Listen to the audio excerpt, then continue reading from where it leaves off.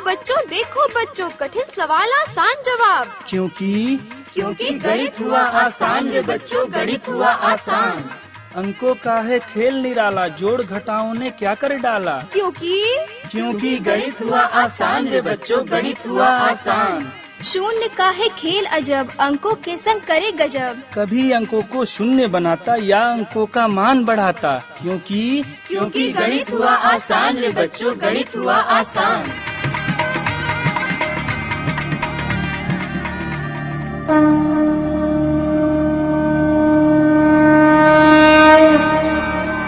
अलवर की आवाज 90.8 FM पर मैं हूं आपके साथ, आपका दोस्त बसंत।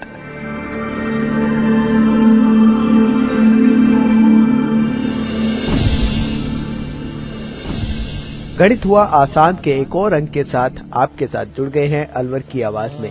और आज गणित हुआ आसान के इस अंक में आईटी अलवर की असिस्टेंट प्रोफेसर अर्चना शर्मा हमें बता रही हैं कोऑर्डिनेट ज्योमेट्री में मिड पॉइंट के बारे में कि मिड पॉइंट को कैसे कैलकुलेट किया जाता है। कोऑर्डिनेट ज्योमेट्री यानी कि निर्देशांक ज्यामिति की मदद से मिड पॉइंट को किस तरह से कैलकुलेट किया जाता है, चलिए जानते हैं आईटी अलवर की असिस्टेंट प्रोफेसर अर्चना शर्मा के द्वारा। और साथ में है हमारे कुछ कम्युनिटी स्टूडेंट्स।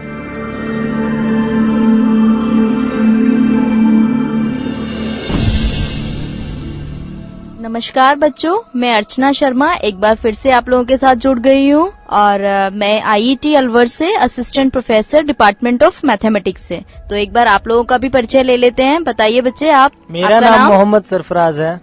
आपका नाम बच्चे? मेरा नाम नीरज उपाध्याय है।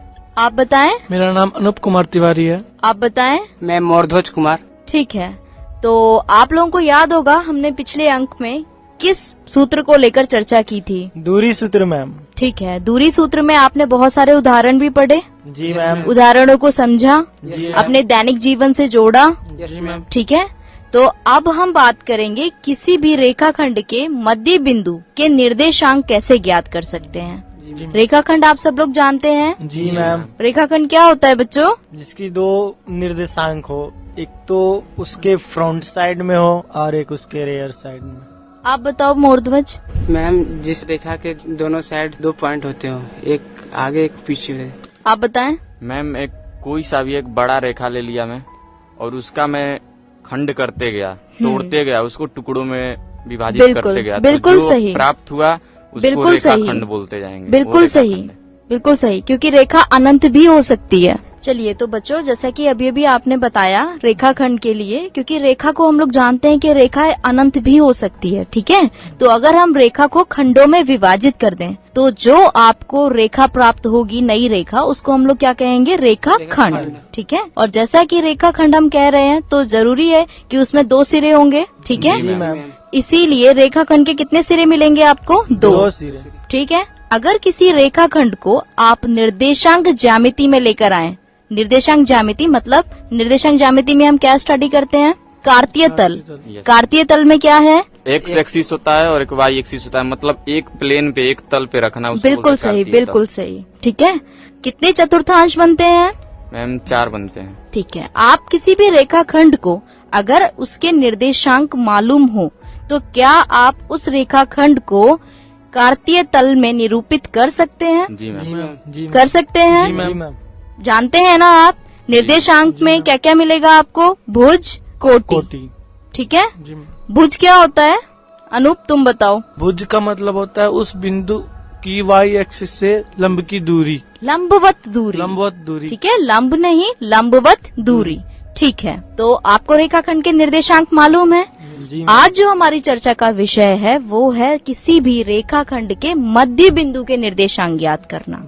ठीक है, तो जैसा कि मध्य बिंदु नाम से आपको प्रतीत हो रहा होगा, मतलब मध्य बिंदु मतलब किसी भी रेखा का बीच का बिंदु।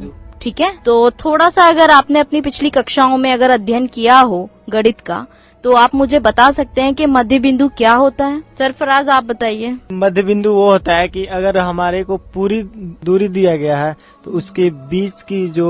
अच्छा ठीक है, एक छोटी सी बात। ठीक है, बहुत छोटी सी बात पे डिस्कशन करते हैं। अगर आपके पास कोई रेखा, आपको रेखाखंड दिया गया है जिसकी लंबाई 10 सेंटीमीटर है। क्लियर है? जी मैम। कितनी सेंटीमीटर है? 10 सेंटीमीटर। इसका आधा कितना होगा? 5 सेंटीमीटर। ठीक है। अगर इस 10 सेंटीमीटर की रेखा को मैं एक्स अक्ष पर निर्धारित कर दूं, जी मैम। क्लियर है? जी मैम। तो आप मुझे बताओ इसका मध्य बिंदु कहाँ मिलेगा? एक सच के 5 सेंटीमीटर की दूरी पे। जो एक्स अक्ष मैंने जो लिया है उस एक्स अक्ष पर मैंने सिर्फ कितना आपको क्या बता रही हूँ मैं? 10 सेंटीमीटर। ठीक है।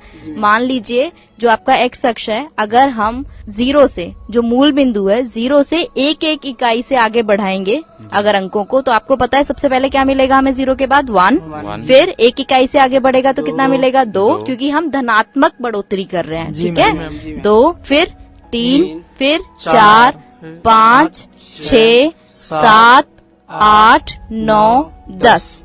मुझे सिर्फ इतना जानना है कि अगर एक्स अक्ष को, धनात्मक एक्स अक्ष को मैंने 10 सेंटीमीटर माना है तो उसका मध्य बिंदु क्या होगा? एक सच पे 0 से लेकर जब 5 तक पहुंचेंगे तो जो 5वां बिंदु है, 5 सेंटीमीटर वाला बिंदु, वो मेरा मध्य बिंदु होगा। कैसे पता चला आपको? आपने 10 का आधा कर आधा दिया। ठीक है। यानी 5 सेंटीमीटर उस रेखाखंड का मध्य बिंदु होगा। बिल्कुल सही। आ गया समझ में? अब आप अपने अनुसार इसकी परिभाषा बताने की कोशिश करो। अनूप, आप कोशिश करो। एक्स अक्षांश से 10 सेंटीमीटर की जो दूरी होती है रेखा क्या की, आप अब ये बताने की कोशिश करें कि अब आपको कितना समझ आ रहा है कि मध्य बिंदु की परिभाषा हम किस प्रकार दे सकते हैं? किसी भी रेखा के 2 अक्षांश होते हैं, एक्स और वाई।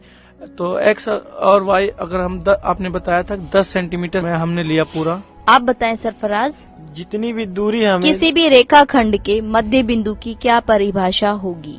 बताएं। जो पॉइंट हमें बीच में लाई करेगा वो मध्य बिंदु होगा। नीरज, आप बताओ। कोई भी रेखाखंड को उस पॉइंट से, मतलब जिस पॉइंट से मैं उस रेखाखंड को 2 भाग में विभाजित कर सकता हूँ, बहुत अच्छे। वह पॉइंट, वह बढ़िया। बिंदु मेरा रेखाखंड का मध्य बिंदु होगा। बहुत अच्छे। आप लोगों ने सुना?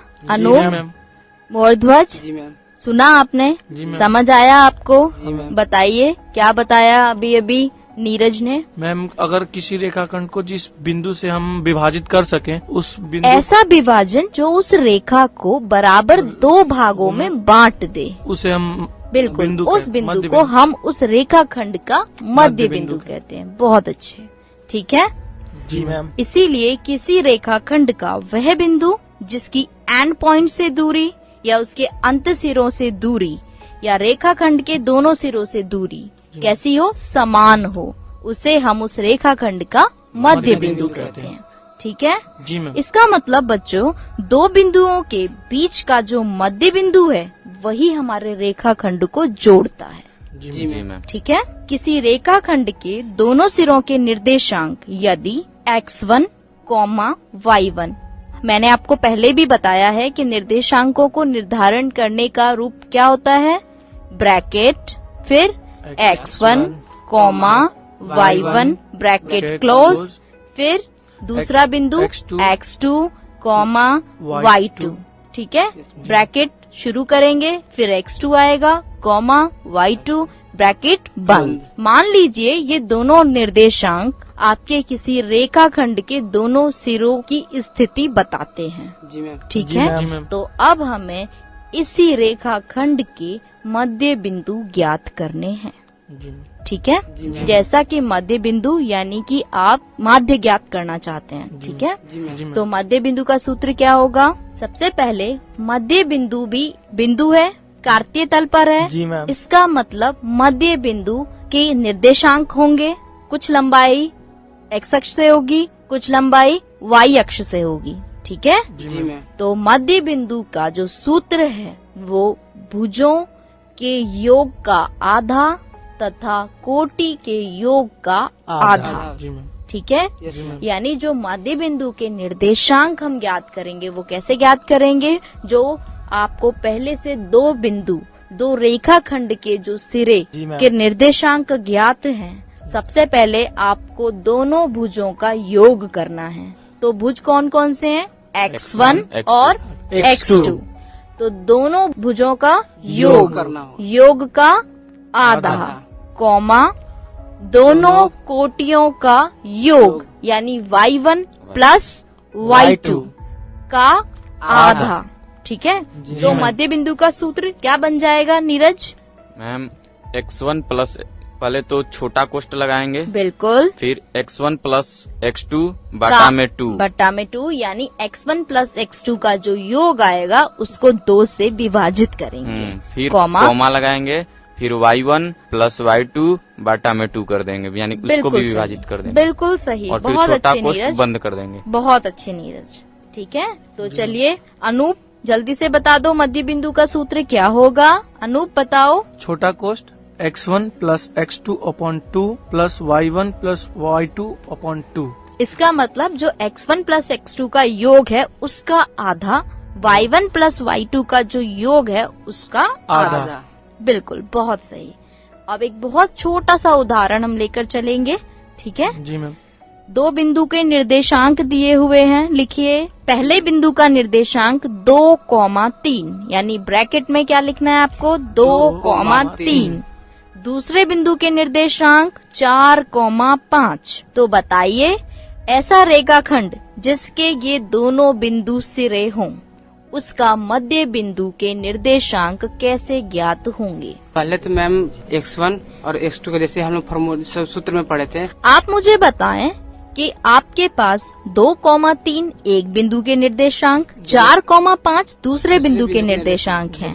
तो सबसे पहले यहाँ पर x1 और x2 की वैल्यू क्या होगी? क्या मान होंगे भुजों के? बताएं। 2 और 4। 2 और 4। बहुत अच्छे, 2 और 4, ठीक है। जी। यहाँ पर कोटियों के मान क्या हैं? 3 और 5। 5। ठीक है, तो हम सबसे पहले क्या करेंगे? भुजों का योग बटा 2, यानी भुजों का योग बटा 2 को किससे विभाजित करना है? 2 से। ठीक है, तो सबसे पहले 2 प्लस 4 कितना हुआ? 6। 6 डिवाइड किससे डिवाइड करेंगे? किससे भाग देंगे? 2 से। कितना प्राप्त होगा? 3। ठीक है, वैसे ही कोटियों के लिए 3 प्लस 5 कितना हुआ? 3 प्लस 5 8। अगर 8 को 2 से भाग देंगे तो कितना प्राप्त होगा? 4। इसीलिए जो अब आपको निर्देशांक प्राप्त होंगे, बताएं जरा सरफराज, क्या आया आंसर? Bracket 3,4 bracket. बहुत बहुत बढ़िया, ठीक है। अनूप तुम बताओ, क्या 3,4 निर्देशांक होंगे मध्य बिंदु के? हाँ। क्या 3,4 ही सही आंसर है? जी मैम। सही उत्तर यही है? जी मैम। बहुत अच्छे। एक और बात पर गौर करते हैं बच्चों, जैसे कि 2,3 तथा 4,5 किसी रेखाखंड के 2 अंतःसिरे हैं। जी मैम। तथा उनके मध्य बिंदु 3,4 हैं। जी जी मैम। मैम। आप अपने कागज पर लिख लीजिए। ग्राफीय तल में भी आप इसको निरूपित कर सकते हैं। जी मैम। जी मैम। आप जान चुके हैं कि निर्देशांकों को कार्तीय तल पर ग्राफीय पेपर पर किस तरीके से निरूपित किया जा सकता है, ये हमने अपने पिछले अंकों में पढ़ा है। जी मैम। ठीक है, हमने पहले चर्चा की कि मध्य बिंदु से दोनों सिरों की दूरी समान होती है। ठीक है, अतः अब यहाँ बहुत ध्यान देने वाली बात है, हम अपने इस अंक को पिछले अंक से जोड़ रहे हैं। जी अगर कोई मध्य बिंदु, किन्हीं 2 सिरों का कोई मध्य बिंदु आपको पता है, तो दूरी सूत्र से क्या आप ये सिद्ध कर सकते हैं कि जो मध्य बिंदु है वो दिए हुए दोनों सिरों का मध्य बिंदु होगा या नहीं? पता कर सकते हैं मैम। किससे? मध्य बिंदु के सूत्र से या दूरी सूत्र से? मैम दूरी सूत्र से बहुत ज्ञात कर सही। सकते हैं। दूरी सूत्र से मैम। नीरज, मुझे आप बताओ कि आप कैसे ज्ञात करोगे दूरी सूत्र से कि ये मध्य बिंदु होगा ही?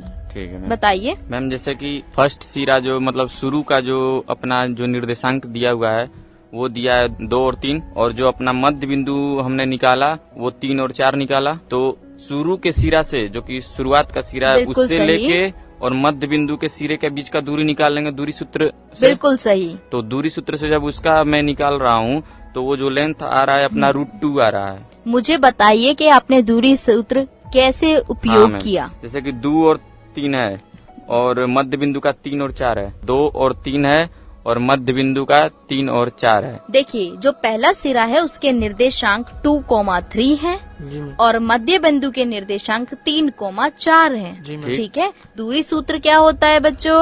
x1 यहाँ x1 प्लस x2 नहीं, x1 माइनस x2 का whole square plus y1 minus y2 का होल स्क्वायर, और जो पूरी आपको पूर्ण अंक प्राप्त होगा उसका वर्गमूल लेते हैं। जी मैम। ठीक है, जी मैम।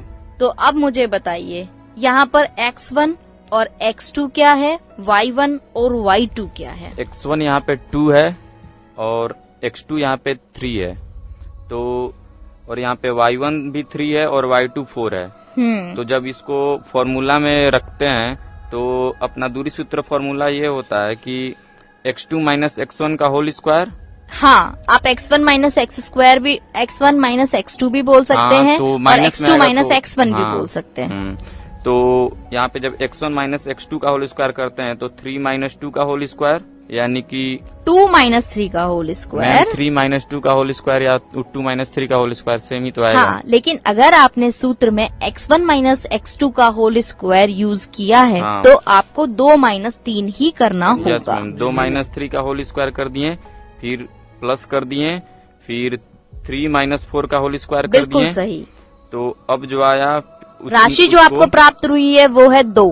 2 प्राप्त हुआ। अब ठीक है, उसका 2 पूरा का वर्गमूल वर्गमूल निकाल देंगे बिल्कुल सही। तो अपना रूट 2 आ जाएगा। ठीक है, और फिर ऐसा ही मध्य बिंदु से अंतिम का जो छोर है, जो अंतिम का निर्देशांक है मध्य बिंदु के निर्देशांक हैं 3,4 और दूसरे सिरे के निर्देशांक हैं 4,5। अब इसको भी दूरी सूत्र फॉर्मूला से जैसा कि पहले मैंने किया उसी की तरह से इसको भी कर रहे हैं। तो 3 माइनस 4 का होल स्क्वायर प्लस 4 माइनस 5 का होल स्क्वायर और सारे का वर्ग कर देंगे, वर्गमूल कर देंगे। बिल्कुल सही। तो अपना प्राप्त आया 2 और इसका वर्गमूल फिर आ गया रूट 2। तो मैंने यही देखा कि शुरुआत के निर्देशांक से लेके मध्य बिंदु के निर्देशांक के बीच का दूरी भी रूट 2 है।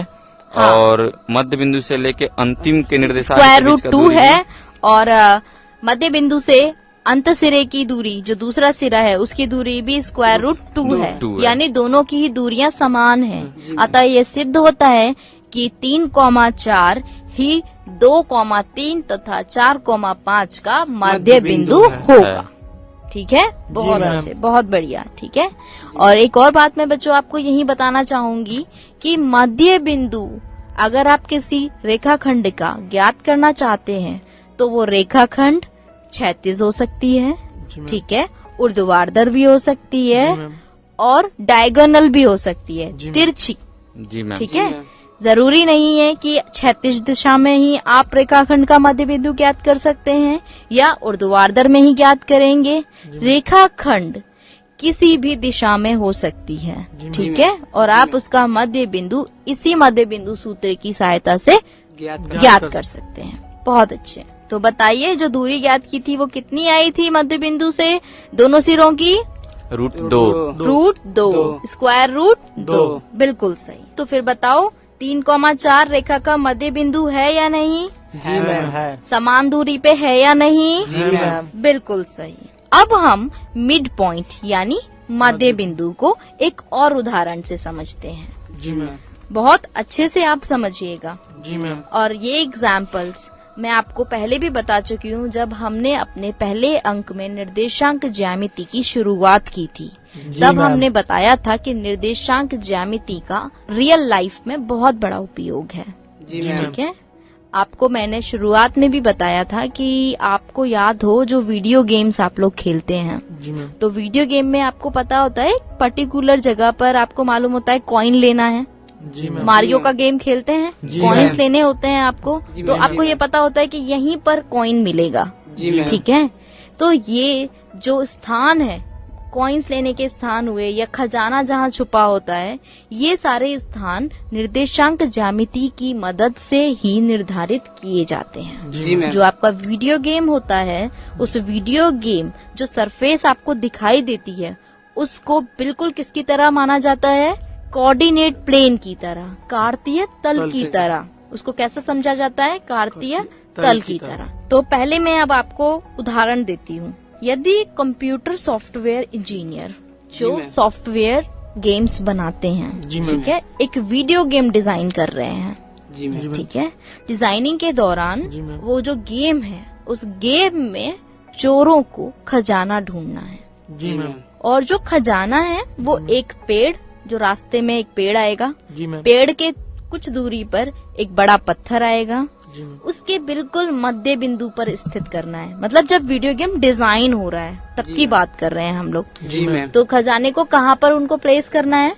जो सॉफ्टवेयर इंजीनियर है वो खजाने को कहाँ पर प्लेस करना चाहता है? पेड़ और पत्थर के बीच में। पेड़ और पत्थर के बिल्कुल मिड पॉइंट पर, एकदम मध्य बिंदु पर। जी मैम। तो आपको डिजाइनिंग के दौरान मतलब वो ये कैसे ज्ञात करे कि पेड़ और पत्थर के बीच का मध्य बिंदु क्या होगा, जी जी मैम। मैम। जिससे खजाने को मध्य में छुपाया जा सके। जी मैम। जी मैम। जी मैम। तो हम सभी विचार करेंगे इस पे। क्या आपको लगता है कि आपके मध्य बिंदु का सूत्र डिजाइनिंग में सहायता कर सकता है सॉफ्टवेयर इंजीनियर की? जी जी मैम। मैम। क्या क्या मालूम होना चाहिए सॉफ्टवेयर इंजीनियर को? मैम। हाँ अनूप, आप बताओ पहले। मैम पेड़ और पत्थर की बीच की दूरी। बीच की दूरी आपको ज्ञात नहीं करनी है। जी मैम। पेड़ से पत्थर तक के बीच अगर मैं एक रेखा खींच दूं तो क्या वो रेखाखंड नहीं कहलाएगी? कहलाएगी मैम। कहलाएगी। जी मैम। हमें उस रेखाखंड का मध्य बिंदु अगर ज्ञात हो जाए तो क्या हम खजाने की स्थिति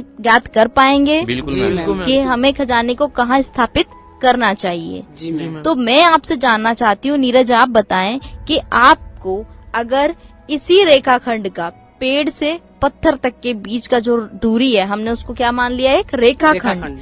उस रेखाखंड का अगर मध्य बिंदु ज्ञात करना है तो आपको पहले क्या क्या ज्ञात होना चाहिए, बताइए मैम, नीरज। मैम सबसे पहले तो गेम जहाँ से स्टार्ट होगा, बिल्कुल। स्टार्ट पॉइंट, वहाँ से लेके मेरे को पत्थर तक का दूरी मालूम होना चाहिए। ठीक है। स्टार्ट पॉइंट से लेके पत्थर तक का दूरी अपने को मालूम हो जाएगा। फिर यदि स्टार्ट पॉइंट से लेके पेड़ तक के दूरी को मालूम होना चाहिए। ठीक है। फिर यदि वो भी दूरी मान लो, वो वाली दूरी 8 मीटर आ गया, स्टार्ट पॉइंट से लेके पत्थर तक की दूरी 8 मीटर। और तो आप फिर क्या करेंगे कि उसमें से घटा देंगे? घटा देंगे स्टार्ट पॉइंट ठीक से है। लेके पेड़ तक की दूरी ठीक को। है। तो फिर अगर मैं आपसे ये कहूँ कि जो आप जहाँ कंप्यूटर डिजाइनिंग हो रही है, मतलब जो जहाँ गेम डिजाइन हो रहा है, अगर वो एक कार्तीय तल की तरह बिहेव कर रहा है, जी। जहाँ पर एक्स अक्ष भी है और वाई अक्ष भी है, जी तो मैम। क्या आपको लगता है कि जो फॉर्मूला आप बताने जा रहे हैं वो कार्यरत होगा? बिल्कुल नहीं। No ma'am. क्यों नहीं होगा? क्योंकि आपको यहाँ पर एक्स अक्ष से दूरी भी पता होनी चाहिए और वाई अक्ष से भी। जी जिस बारे में आप लोग बात कर रहे हैं, मैं आपको एक बार बता देती हूँ, ऐसा तभी संभव है जब हम केवल एक ही दिशा में बात करते हैं। जी जी मैम। मैम। जी मैम। आप समझ गए? जी जी मैम। मैम। जब हम दो दिशाओं की बात करते हैं तो हमको निर्देशांक ज्यामिति में जाना होगा। जी मैम। दूरी ठीक है। सूत्र फॉर्मूला से। दूरी सूत्र फॉर्मूला, मध्य बिंदु फॉर्मूला जी मैम। सभी यूज करने होंगे आपको। लेकिन जैसा कि अभी अभी नीरज ने बताया कि यदि मुझे पहले 0 से पत्थर तक की दूरी, 0 से पेड़ तक की दूरी ज्ञात हो तो पेड़ और पत्थर के बीच की दूरी ज्ञात की जा सकती है। ये तभी संभव है जब हम एक ही दिशा में काम करें। जी मैम। ठीक है। लेकिन यहाँ पर हम कितनी दिशाओं में काम कर रहे हैं? दो दिशाओं में काम कर रहे हैं। तो सबसे पहले मैं आपको बताना चाहूंगी कि जब कंप्यूटर गेम डिजाइन होगा तो जो सरफेस है, कंप्यूटर डिजाइनिंग वाली जो सरफेस है, वीडियो गेम की जो सरफेस जो आपको दिखती है, उसको हम लोग कार्तीय तल की तरह मानते हैं। जी पहली मैम। चीज, जी मैम। ठीक है। जो पहला कॉर्नर होगा वो कौन सा होगा? 0 0 यानी मूल बिंदु। फिर आपको ज्ञात करना होगा कि पेड़ के निर्देशांक क्या हैं। जी मैम। अब आया समझ में? अगर मैम। मैं पेड़ को एक बिंदु की तरह मानूं तो मुझे पेड़ के निर्देशांक मालूम होने चाहिए, जी उसकी मैम। स्थिति मालूम होनी चाहिए। जी जी मैम। फिर मुझे किसकी स्थिति मालूम होनी चाहिए नीरज? पत्थर की स्थिति। पत्थर की। बिल्कुल सही। यदि मुझे पत्थर की बिंदु स्थिति ज्ञात हो, यदि मुझे पेड़ की बिंदु स्थिति ज्ञात हो, तो मैं हर संभव मध्य बिंदु ज्ञात कर सकती हूँ पेड़ और पत्थर के बीच का। का। जी मैम। बिल्कुल सही। जी मैम। समझ गए? जी मैम। ठीक है। तो अब हम क्या करेंगे? हम अपनी जो वीडियो गेम है, आपका जो वीडियो गेम होता है ना, जी मैम। उसमें आपको 2 सिरे दिखते हैं, जी क्षैतिज सिरा और ऊर्ध्वाधर। तो जो क्षैतिज सिरा है उसको हम एक्स अक्ष और जो ऊर्ध्वाधर है उसको हम वाई वाई अक्ष अक्ष मानेंगे। क्लियर है? जी मैम। समझ आया आपको अच्छे से? जी चलिए आगे बात करते हैं। मैं आपको बता देती हूँ, हम मान लेते हैं कि पेड़ के निर्देशांक 200,75 लिख लीजिए, 200,75 जी मैम। तथा जिस स्थान पर पत्थर रखा है जी मैम। उसके निर्देशांक 25,175 है। जी मैम। हम कह रहे हैं कि अपने गेम में खजाना पेड़ और पत्थर के बीच छुपाना है, ठीक है ना? जी तो मैम। हमें मध्य बिंदु किसका ज्ञात करना होगा? उस रेखाखंड का जिसका एक सिरा क्या है? पेड़, और दूसरा सिरा क्या है? पत्थर। Very good.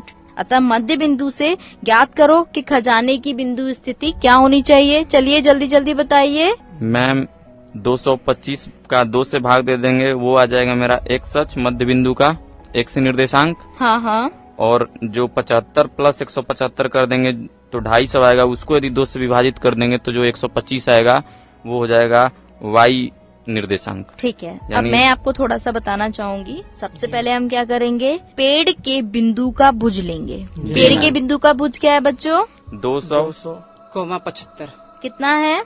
200। केवल 200। ठीक है। पत्थर के बिंदु का भुज क्या है? 25। 25। दोनों का योग करेंगे, कितना आएगा? 225। किससे भाग देंगे? 2 से। तो 225 को जब हम 2 से भाग देंगे तो क्या प्राप्त होगा? 112.5। 112.5। बिल्कुल सही। यहाँ पर हमने कोई इकाई यूज नहीं की है। आप चाहें तो इसे मीटर, सेंटीमीटर अपने अनुसार इकाई दे सकते हैं, Yes, ठीक ma'am. है? क्योंकि लंबाई के साथ इकाई होना जरूरी है। जी मैम। ठीक। अब बताइए, ये तो किसका आ गया? मध्य बिंदु का भुज आया है। अभी मध्य बिंदु का क्या फाइंड आउट करना है हमको? कोटि। कोटि फाइंड आउट करने के लिए हमें कहाँ जाना होगा? पेड़ के बिंदु की कोटि। क्या है? 75। पत्थर के बिंदु की कोटि क्या है? 175। दोनों का योग क्या होगा? 75 का और 175 का योग क्या होगा? 250। 250 को किससे भाग देंगे? 2 से क्या प्राप्त होगा? 125। बिल्कुल सही। आ गया समझ में? जी मैम। ठीक है। इसका मतलब अगर हमें खजाना पेड़ और पत्थर के बीच में छुपाना है तो हमें y अक्ष से 112.5 मीटर की दूरी या सेंटीमीटर की दूरी तय करनी होगी, तथा हाँ जी मैम। जी मैम। x अक्ष से 125 मीटर की लंबवत दूरी जी तय मैम। करनी होगी। जी मैम। आ गया समझ में? जी मैम। एक्चुअली क्या है, मैं आपको बता देती हूँ जहाँ आप लोग थोड़ा सा कंफ्यूज हो जाते जी हैं। मैम। मैं बताती हूँ आपको। जो हमारा भुज है, भुज का मान हमेशा x अक्ष से मिलता है, लेकिन फिर भी हम ये कहते हैं कि ये y अक्ष से लंबवत दूरी है, दूरी है। जी, ठीक है? क्योंकि जो भुज है, भुज का मान आपको कहाँ से मिल रहा है? Y x axis. y axis से लंबवत x दूरी। एक्सिस से मिल रहा है ना। मान कहाँ से मिल रहा है? x अक्ष पर, लेकिन वो y अक्ष से कितनी दूरी पर है? इसलिए हम हमेशा भुज को क्या कहते हैं? भुज कैसी दूरी है? y अक्ष से लंबवत दूरी। जी मैम। आ गया समझ में? जी अब मैम। अब कभी नहीं भूलेंगे। नहीं मैम। तो कोटि कैसी दूरी है? x एक्सिस से लंबवत दूरी है, भले ही वो x अक्ष से लंबवत दूरी है। कहने के लिए वो क्या है? y का y मान। का मान है। लेकिन वो दूरी कहाँ से नापी जा रही है? X x अक्ष एक्सिस से। आ गया समझ में? जी बहुत अच्छे। तो खजाना किस बिंदु पर आपको छुपाना है? जल्दी बताइए। 112.5, 125। ठीक है, बहुत बढ़िया, बहुत अच्छे। आज के लिए इतना ही। अगली बार हम चर्चा करेंगे एक और बहुत अच्छे उदाहरण के साथ में, जहाँ पर आप दूरी सूत्र भी यूज करेंगे और मध्य बिंदु सूत्र भी यूज करेंगे। ठीक है? बहुत मैम, बहुत ठीक है, आज के लिए बस इतना ही। नमस्कार बच्चों, अगली बार फिर आपसे मिलेंगे। धन्यवाद। धन्यवाद मैम। बिल्कुल, आप सभी को धन्यवाद बच्चों। तो अब आप जान ही गए होंगे कि कोऑर्डिनेट ज्योमेट्री में मिड पॉइंट को किस तरह से कैलकुलेट किया जाता है। इसके बारे में आपको बता रही थी आईटी अलवर की असिस्टेंट प्रोफेसर अर्चना शर्मा, और साथ में थे हमारे कुछ कम्युनिटी स्टूडेंट्स। ये प्रोग्राम भारत सरकार के विज्ञान एवं प्रौद्योगिकी विभाग द्वारा उत्प्रेरित एवं समर्थित किया गया है। आपको ये प्रोग्राम कैसा लगा? आप अपने फीडबैक, प्रतिक्रिया हमें दे सकते हैं।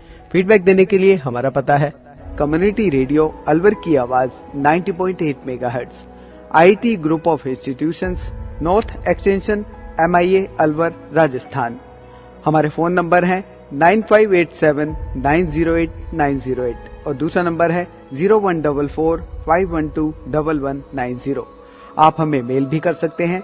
हमारी ईमेल आईडी है radioalwar@gmail.com और साथ ही इस प्रोग्राम को आप ऑनलाइन यानी कि इंटरनेट पर भी सुन सकते हैं। इंटरनेट पर सुनने के लिए आपको लॉगिन करना है www.i-radiolive.com पर और साथ ही मैथमेटिक्स यानी गणित हुआ आसान के एपिसोड आप ऑनलाइन यानी कि इंटरनेट के माध्यम से एक दुनिया अनेक आवाज के वेबसाइट पर भी सुन सकते हैं।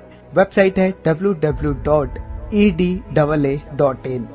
लॉगिन कीजिए और कहीं भी बैठकर ऑनलाइन आप इन मैथमेटिक्स के प्रोग्राम को सुन सकते हैं। इसी के साथ अपने दोस्त बसंत को दीजिए इजाजत। नमस्कार।